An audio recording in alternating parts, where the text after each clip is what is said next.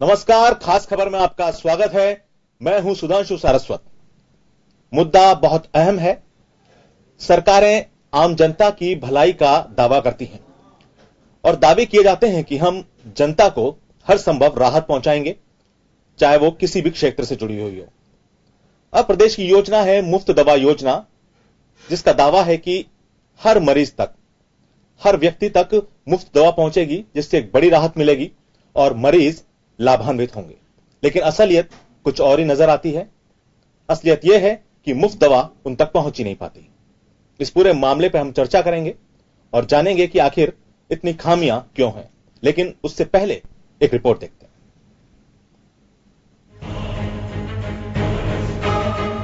राजस्थान में मुख्यमंत्री निःशुल्क दवा योजना का हाल यह है कि प्रदेश की जनता को दवा नसीब ही नहीं हो रही।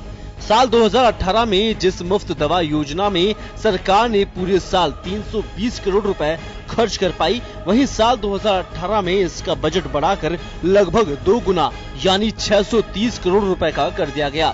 आपको शायद जानकर हैरानी हो, लेकिन 630 में से 430 करोड़ रुपए की मुफ्त दवाएं इस साल मरीजों को वितरित भी की जा चुकी है। लेकिन बड़ा सवाल ये है कि ये दवाएं आखिर दी किसे गई है, क्योंकि सूबे के सबसे बड़े सवाई मानसिंह अस्पताल में ही रोजाना हजारों मरीज मुफ्त दवा के लिए दर दर भटकते नजर आते हैं। मरीज घंटों मुफ्त दवा काउंटर पर लाइन लगाते हैं और फिर दवा न होने की बात कहकर उन्हें टरका दिया जाता है। मैंने खांसी की लिखवाई थी। अच्छा, कितनी दवाई लिखी डॉक्टर ने? 3 दवाई लिखी 5 दिन की। अच्छा, मेरे को सिर्फ एक दिन की एक दवाई मिली। की दवाई नहीं मिली, बाहर से ले। बाहर से लो। कितनी दवाई लिखी थी डॉक्टर ने? 2 दिन। काई की लिखी थी? शुगर की। और दवाई नहीं मिली? नहीं। प्रदेश में मुफ्त दवा योजना को राजस्थान मेडिकल सर्विसेज कॉर्पोरेशन संचालित करती है। इसके लिए प्रदेश भर में 40 वेयर हाउसेज बनाए गए हैं। इन वेयर हाउसेज में टेंडरधारी दवा निर्माता सीधे दवा की सप्लाई करता है। इसके लिए बकायदा ई औषधि समेत कई ऐसे ऑनलाइन सॉफ्टवेयर है जिनके दम पर योजना में 100% ट्रांसपेरेंसी का दावा किया जाता है। लेकिन फिर भी अस्पतालों में दवा नहीं मिलती। अस्पताल प्रबंधन से जब इस बारे में पूछा जाता है तो वे इसका ठीकरा राजस्थान मेडिकल सर्विसेज कॉर्पोरेशन पर फोड़कर अपनी जिम्मेदारी से पल्ला झाड़ लेते हैं। जो भी दवा निःशुल्क योजना के अंदर हमें प्राप्त होती है वो डिफरेंट डीडीसी काउंटर्स के ऊपर हम भिजवा देते हैं, और अगर कोई दवा अनुपलब्ध होती है तो सप्लाई में कई बार नहीं आती है और हम तुरंत कोशिश करते हैं हमारे सेंटर के माध्यम से, ऑनलाइन भी हम कोशिश करते हैं कि वो दवा शीघ्र उपलब्ध हो जाए। तो ऐसा कुछ सेंटर्स पे कुछ दवाइयों के लिए होता है। वहीं आरएमएससी के अधिकारियों का कहना है कि वे दवा की सप्लाई टाइम पर करते हैं, लेकिन उसके बावजूद अस्पताल टाइम पर दवा नहीं उठाती।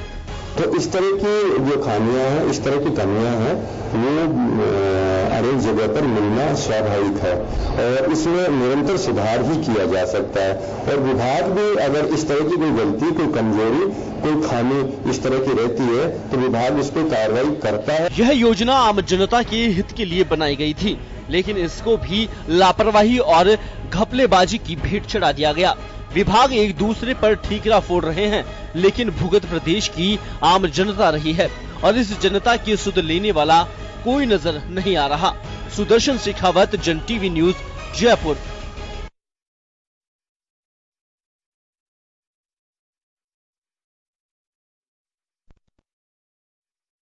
बोलना मुझे तो जिस तरह आपने ये पूरी रिपोर्ट देखी, इस रिपोर्ट के माध्यम से कहीं ना कहीं ये जाहिर हुआ कि जो ये योजना है, जो योजना लोगों के राहत के लिए बनाई गई है। जब आप उस बात का अनुमान लगाइए कि जब एक मरीज अस्पताल में जाता है, और सरकारी अस्पतालों की हालत किसी से छुपी हुई नहीं है कि हिंदुस्तान में सरकारी अस्पताल किस हालत में है, और जब वहां मरीज जाता है तो वो उस हालत में जब सरकार की योजना के अनुसार मुफ्त दवा के लिए दुकान पर पहुंचता है और मुफ्त दवा की पर्ची दुकानदार को थमाता है, लेकिन उसको जवाब मिलता है कि वो दवा स्टॉक में नहीं है, वो दवा किसी और दूसरी दुकान से ली जाए। तो ऐसे में ये सोच सकते हैं कि उस दौरान जब उसका जो परिजन है, जो मरीज उनका भर्ती है, उन पर क्या बीतती होगी। मैं आपको बता दूं, एक जनरल आंकड़ा है कि इस योजना पर पिछले साल 320 करोड़ रुपए से ज्यादा बजट सरकार ने दिया, और उसके बाद इसको 2018 की अगर हम बात करें तो उसको दोगुना कर दिया गया है, लगभग 630 करोड़ रुपए का बजट। हालत यह है इतने बड़े बजट के बावजूद भी कि यह योजना कहीं ना कहीं पूरी तरह से लाभान्वित नहीं कर रही है लोगों को। केंद्र सरकार की आयुष्मान योजना भी शुरू की गई है, कैबिनेट ने इसको मंजूरी भी दी है और लगभग 50 करोड़ लोगों को सालाना 5 लाख का स्वास्थ्य बीमा यानी कि हेल्थ बीमा उनको देने की इसमें पूरी बात की गई है और बड़ी संख्या में लोग इससे लाभान्वित होने का दावा किया गया है। इन सारे मुद्दों को मैं बात करूंगा इस मुद्दे पर। मेरे साथ बीजेपी से शील धाबाई जी हैं, जिनसे मैं इस मुद्दे पर चर्चा करूंगा और उनकी सरकार है बीजेपी की, तो उनकी जिम्मेदारी बनती है कि इस मुद्दे पर वो जवाब दें। शील जी, इस योजना को जैसे हमने अभी एक रिपोर्ट देखी और रिपोर्ट के अनुसार जो मरीज हैं वो जब दुकान पर जाते हैं, जो मुफ्त दवाई योजना है, और जब वो मुफ्त दवाई की पर्ची लेके दुकान पर जाते हैं तो बहुत सारी दवाइयां स्टॉक में ही नहीं होती हैं और उनको मजबूरन, जो गरीब लोग हैं उनको मजबूरन उन दुकानों पर जाना पड़ता है, प्राइवेट दुकानों पर, जहां से उनको पैसे देकर दवाई खरीदनी पड़ती है। क्यों ये योजना ढंग से कारगर नहीं कर पा रहे हैं आप लोग? नहीं, देखिए मैं आपको बता दूं, जब ये योजना कांग्रेस सरकार के समय में लागू की गई थी 2011 और 2012 में, इसके बाद आप देखिए कि जिस तरह से घपलेबाजी सामने आ रही थी, निःशुल्क दवाइयों के नाम पर पैकेट के पैकेट, बोरियां की बोरियां दवाइयां रखी हुई मिलती थी और जो निःशुल्क जांच की बात करते थे उसमें भी कहीं भी जो मरीज थे इधर उधर भटकते रहते थे।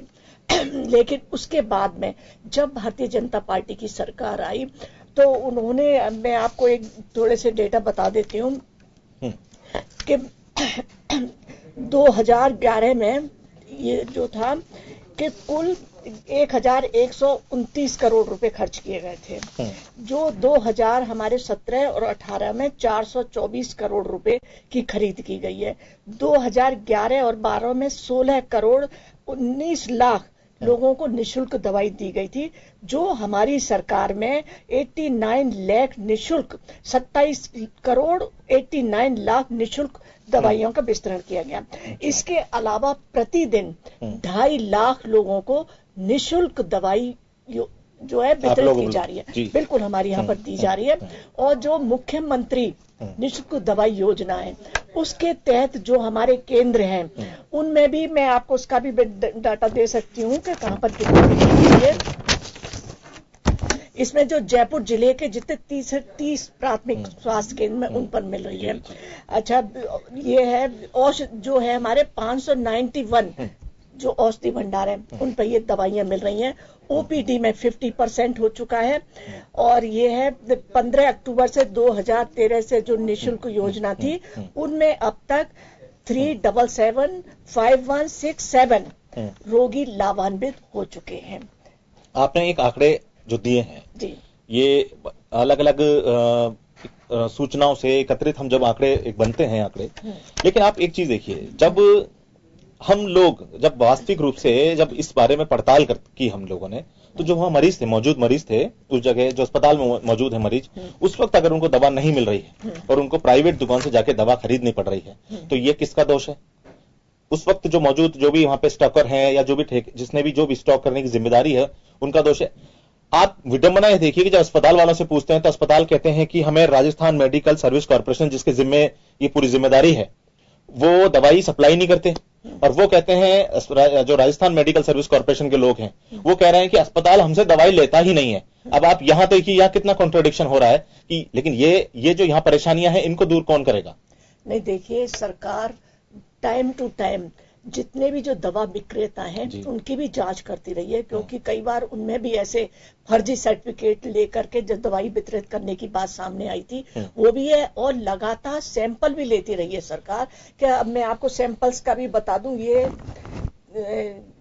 61,464 सैंपल लिए गए, जिसमें से 9,821 जो सैंपल थे बिल्कुल सही पाए गए। और लगातार सरकार का ये प्रयास रहता है कि कहीं पर मॉनिटरिंग, लगातार जो मॉनिटरिंग। ये जो बयानबाजी है, जो मैंने आपको बयान बताए हैं, ये जो वो अस्पताल के उच्च प्रबंधन के लोग दे रहे हैं। अस्पताल के अधीक्षक कह रहे हैं ये कि हमें दवाइयों को सप्लाई नहीं होती है, और वहां जो इस राजस्थान मेडिकल सर्विस कॉर्पोरेशन के जो डायरेक्टर हैं वो इस बात को कह रहे हैं कि अस्पताल दवाई को लेता ही नहीं। आप देखिए कि जो बड़े पद पर बैठे हुए लोग हैं वो अपनी जिम्मेदारी को मानने को तैयार ही नहीं हो रहे हैं। नहीं, देखिए ऐसा कुछ भी नहीं है। सरकार की तरफ से लगातार दवाइयां जाती रही हैं, क्योंकि जो नियमित जो जांच हो रही है उनमें भी आया है कि मरीजों को ढंग से दवाइयां नहीं मिल पा रही हैं, तो कहीं ना कहीं प्रशासनिक खामी तो है। यही तो कह रहा हूं आपसे, प्रशासनिक खामी है। बिल्कुल, तो सरकार की योजना को तो पलीता लगा रहे हैं ना ये लोग। बिल्कुल, ये जो बात आप जो कह रहे हैं ये हमारी बहुत जो हमारी भारतीय जनता पार्टी के जो भी बाई इलेक्शन हुए थे उसके बाद में जो लगातार मंथन हुआ उसमें भी ये बात निकल के आई थी कि जो सरकारी योजनाओं का लाभ आम जन तक पहुंचना चाहिए था। चाहे आप इसी की बात कर लीजिए, निःशुल्क दवाई योजना की बात कर लीजिए, या जल स्वावलंबन की बात कर लीजिए, या शिक्षा की बात कर लीजिए, या कृषि की बात, किसी भी क्षेत्र की आप बात कर लीजिए, तो जिस तरह से सरकार ने जो योजनाएं बनी है उनका लाभ नहीं पहुंच रहा। आपने देखा होगा कि अभी 2-3-4 दिन से पहले भी मुख्यमंत्री जी ने सारे ऑफिसर्स को बुलाया, सारे आरएएस ऑफिसर्स को भी कहा था कि you are a game changer. तो मतलब सारा आपके ऊपर दारोमदार है कि सरकार की योजनाओं को किस प्रकार आप पहुंचाए। उनको बहुत उत्साहित करने का भी मैडम ने प्रयास किया कि किसी भी तरह से वो जनता के प्रति अपनी भागीदारी निभाएं, क्योंकि जब वो सर्विस में आते हैं तो वे कसम लेते हैं कि हम अपने दायित्व को पूर्ण निष्ठा से करेंगे, लेकिन ये सब हो नहीं रहा। तो सरकार अभी उनको एक मौका दे रही है। ठीक है, एक बात देखिए, जैसे आपने जो बात रखी कि सरकार एक मौका दे रही है, लेकिन जब जो बड़े अधिकारी अपनी जिम्मेदारी से जब इस तरह की बात करते हैं तो साफ दिखता है कि अपनी जिम्मेदारी से पल्ला झाड़ रहे हैं। आपको मैं बता दूं कि विधानसभा में भी यह मुद्दा उठाया गया था, कांग्रेस के द्वारा यह मुद्दा उठाया गया। वहां कांग्रेस ने तो यहां तक कहा कि इन दवाओं में जहर दिया जा रहा है, इन दवाओं से लोगों को नुकसान हो रहा है, इफेक्टिव नहीं होती है दवा किसी भी प्रकार से। काफी गंभीर रूप से आरोप लगाए गए थे।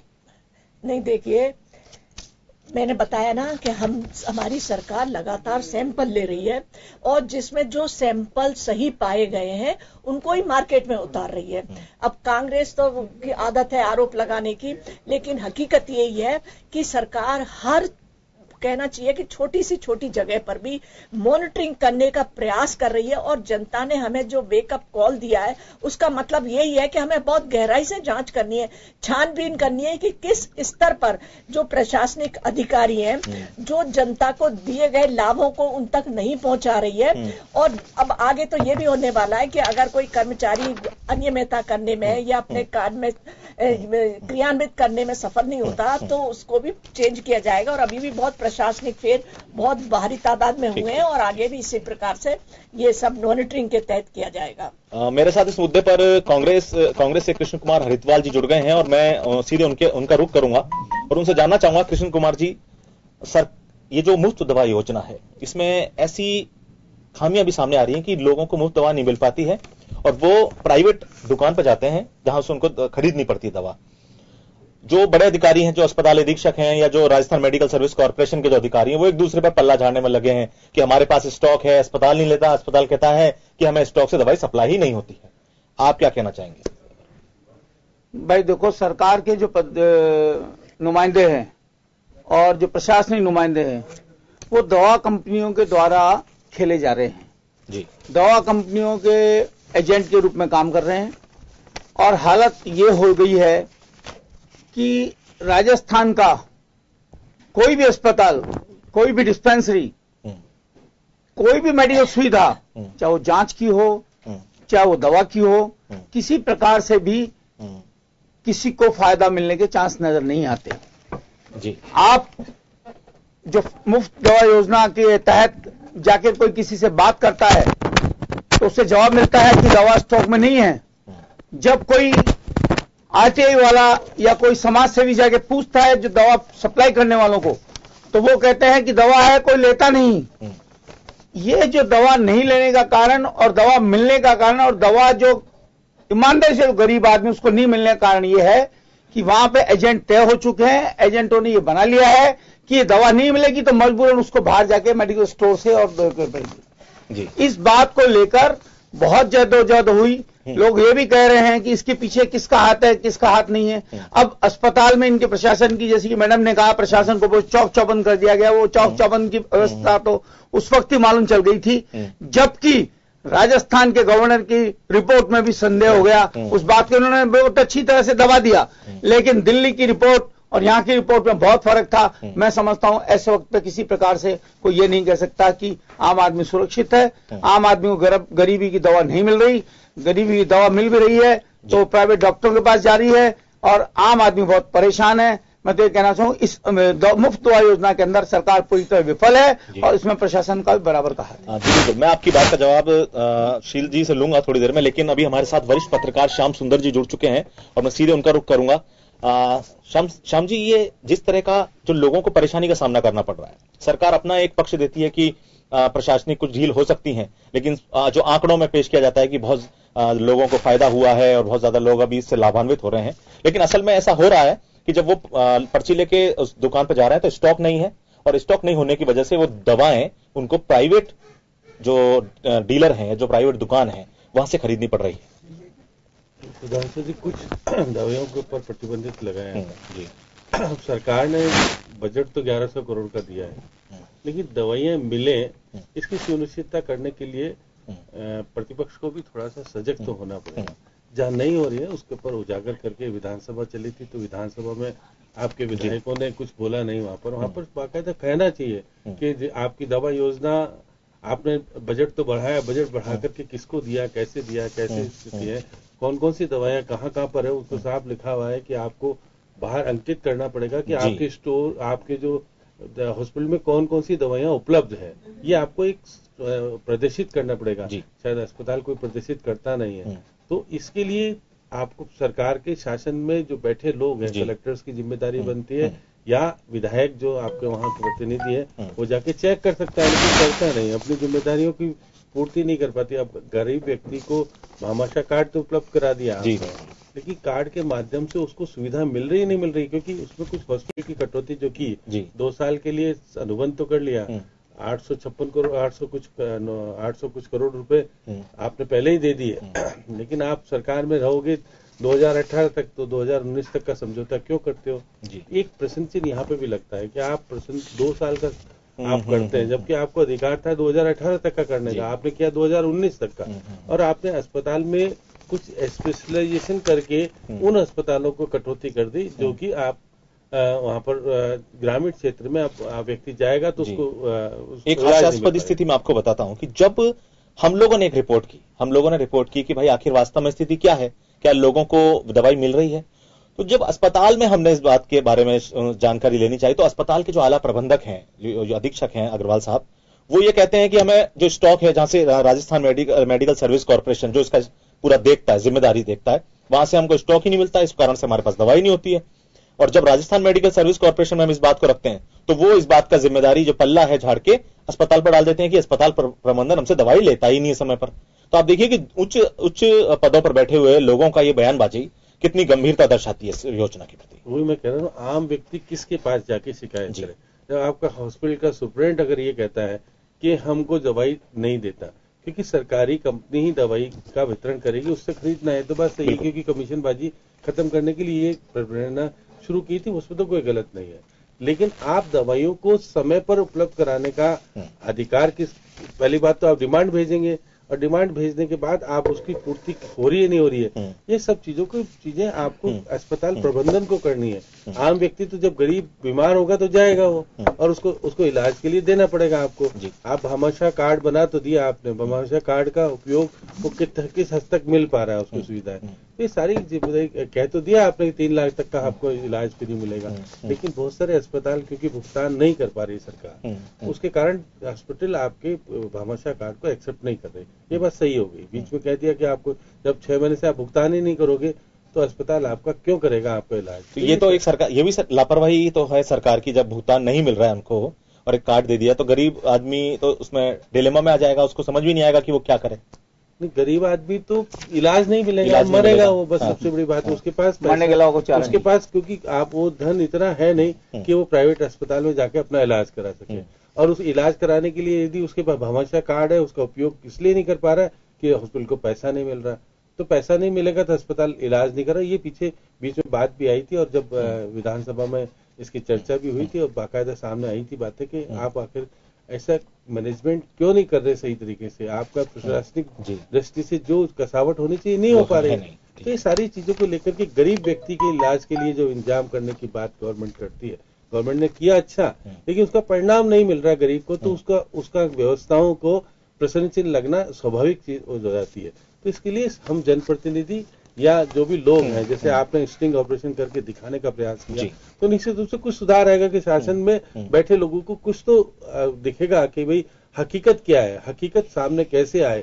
इसलिए जनप्रतिनिधि और विपक्ष को अभी दायित्व बनता है कि वो उजागर करे और आप प्रदर्शन करो, सारी बातें करो कि भाई आम व्यक्ति हमेशा ही लुटता है, और लुटता है तो वो क्या करेगा? वो जाता है, उसके पास पैसा नहीं होगा तो क्या उसको अपनी जमीन बेचनी पड़ती है, अपनी बहुत सारी, क्योंकि जब गंभीर बीमारी हो जाती है तो निश्चित रूप से गरीब तो मरने की स्थिति हो जाती है, हर तरह से लुट जाता है, उसके पास पैसा नहीं होता। ऐसी स्थिति में आप सरकार की जिम्मेदारी बनती है कि वो भामाशाह कार्ड की हर महीने कलेक्टर वो निगरानी करे और सारी बातें करे, सीएम उसकी समीक्षा करे सारे स्तर पर, तो उसमें सुधार आ सकता है। आपने व्यवस्थाएं की है, आप उसको अगर उसको निगरानी तरीके से नहीं रखोगे तो उसका लाभ आप व्यक्ति को नहीं मिलेगा। बिल्कुल सही कह रहे हैं आपकी। अगर कोई योजना बनी है तो उसकी प्रॉपर तरीके से उसकी मॉनिटरिंग हो, उसको देखा जाए और उसकी जो प्रशासनिक खामियां हैं उनको दूर किया जाए। आप इस पर क्या कहना चाहेंगी? क्या ऐसा जैसे कि श्याम जी ने कहा कि 2019 तक का आप वादा कर देते हैं उसमें, तो क्या योजनाएं जो हैं केवल क्या चुनाव को देखते हुए लोगों को लुभाने के हिसाब से ही की जाती हैं? क्या उनकी ये जिम्मेदारी नहीं बनती है कि उनका प्रशासनिक रूप से एक प्रॉपर व्यवस्था की जाए उनकी, ताकि लोगों तक लाभ पहुंच सके? जिसके लिए आप योजना बना रहे हैं उस तरफ लाभ तो पहुंचना चाहिए ना। देखिए, योजनाएं सिर्फ चुनाव के लिए नहीं बनती। जब सरकार सत्ता में आती है, जो वादे करके आती है, तो उसी स्पेशली भारतीय जनता पार्टी की बात करूं तो हमारे जो भारतीय जनता पार्टी में कोई हनीमून पीरियड नहीं होता, वेरी सेकंड डे से काम शुरू हो जाता है और योजनाओं को किस प्रकार क्रियान्वित किया जाए इसके लिए प्रयास किए जाते हैं। तो स्पेशली जो ये स्वास्थ्य का मुद्दा है, भामाशाह कार्ड योजना की आप बात करें, जो क्योंकि सबसे पहले अगर राज्य का स्वास्थ्य सही होगा तभी सारे डेवलपमेंट हो सकते हैं। तो जैसा कि अपने पहले भी चर्चा में आया था कि कहीं ना कहीं ऐसा लगा कि प्रशासनिक जो अमला है वो ढंग से इन योजनाओं को क्रियान्वित नहीं कर पा रहा। इस खास करके बात मेडिकल की बात है, ये भी सुनने में आया था कि सरकार जैसे कभी वर्तमान में 606 दवाइयां उपलब्ध है, 608 दवाइयां मुफ्त दवा योजना में 608 दवाइयां। तो जिला अस्पताल में 561 दवाइयां, सामुदायिक स्वास्थ्य केंद्र में 447 हैं, प्राथमिक स्वास्थ्य केंद्र में 224 और उप केंद्रों पर 30 प्रकार की दवाइयां निःशुल्क उपलब्ध हैं। लेकिन फिर भी जैसा कि जब आपने जाके जांच की है तो कहीं ना कहीं कुछ तो बात होगी। तो सरकार भी इस बात को, स्पेशली मुख्यमंत्री जी इस बात को बहुत गंभीरता से ले रही है और स्वास्थ्य विभाग पर उनका कहना चाहिए स्पेशल फोकस है। आए दिन वो लगातार मीटिंग भी कर रही है, ऑफिसर्स को भी बुला के करिए, स्वास्थ्य मंत्री को भी कह रखा है कि आप किसी भी तरह से चाहे कुछ भी करना पड़े, कहीं से भी पैसे की व्यवस्था। जी, अभी एम्बुलेंस के बारे में जब आप 1,49,000 रुपए देते हैं, एम्प्लॉय को मिलता ही नहीं, आप समीक्षा बैठक करके उसको दे ही नहीं पाते। 1,20,000 श्याम जी आप सही कह रहे हैं, ये सारी बातें जो आ रही है, प्रशासनिक व्यवस्थाएं नहीं है ठीक, इसका कारण तो है सारी चीजें। नहीं तो मैं यही तो बता रही हूँ कि जो मैंने अभी कौन करेगा मैंने अभी पहले जिक्र, हमारी वार्ता में पहले भी जिक्र हुआ था कि इसका परिणाम हमने उपचुनाव में देखा। उसके बाद में हमें पता चला कि वास्तव में ये जनता के पास में जो हमारी योजना है, लाभकारी योजना है, वो जनता तक नहीं पहुंच रही। तो सरकार अब पूरी तरह से मॉनिटरिंग कर रही है। हॉस्पिटल्स में भी अलग से सरकार ने अलग स्टाफ लगाया है वो जांच करने के लिए कि वाकई में जो मरीज हैं उन तक की दवा पहुंच रही है कि नहीं पहुंच रही है, निःशुल्क जांच समय पर हो रही है नहीं हो रही है, या महिलाओं के, गर्भवती महिलाओं की जो जांच के लिए स्पेशल 9 तारीख को जो जांच होती है उसमें हो रही है कि टीकाकरण हो रहा है कि नहीं है, जो घर घर जाके टीकाकरण के लिए जागरूकता पैदा की जा रही है, जो और जो इंद्रधनुष योजना के तरह जो टीकाकरण है उस पर विशेष ध्यान दिया जा रहा है, जच्चा बच्चा पर विशेष ध्यान देने का प्रयास कर रहा है। और मैं इस दावे के साथ कह रही हूं कि जो भी व्यवस्थाओं में कहीं कोई कमी रही है तो सरकार पुरजोर से उन व्यवस्थाओं को सुधारने में प्रयास करने में लगी हुई है ताकि आम जन का स्वास्थ्य सही रहे और राज्य का स्वास्थ्य सही रहे। ठीक है, आपने जो बात कही कि पूरी सरकार है, सरकार अपनी तरफ से सुधार करने में लगी हुई है। श्याम जी ने जिस तरह की खामियां बताई वो खामियां बहुत बड़ी खामियां हैं अपने आप में।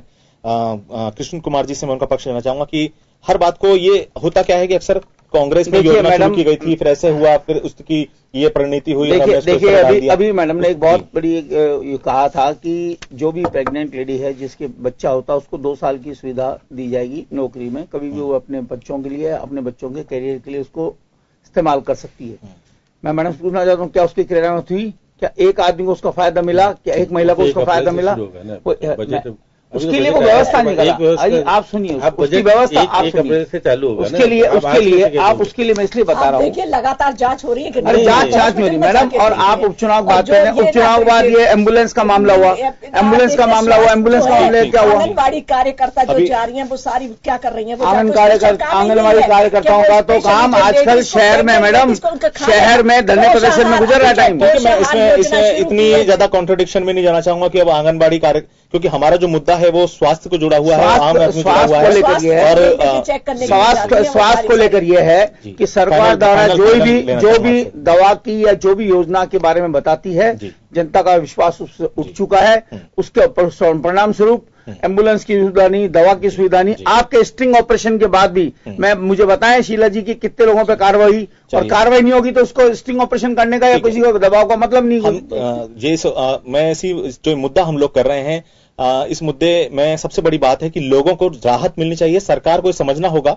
कि जो योजनाएं लागू कर रही हैं वो समाज के उस व्यक्ति तक पहुंचे जिसकी उसको जरूरत है, और इसको प्रशासनिक रूप से इसको चाक चौबंद करना जरूरी है। अभी वक्त एक ब्रेक का चला है और ब्रेक के बाद जल्द हाजिर होते हैं। ब्रेक के बाद हम लोग चर्चा करेंगे जो दिल्ली में आप पार्टी को हाई कोर्ट की तरफ से राहत मिली है, उस मुद्दे पर चर्चा करेंगे।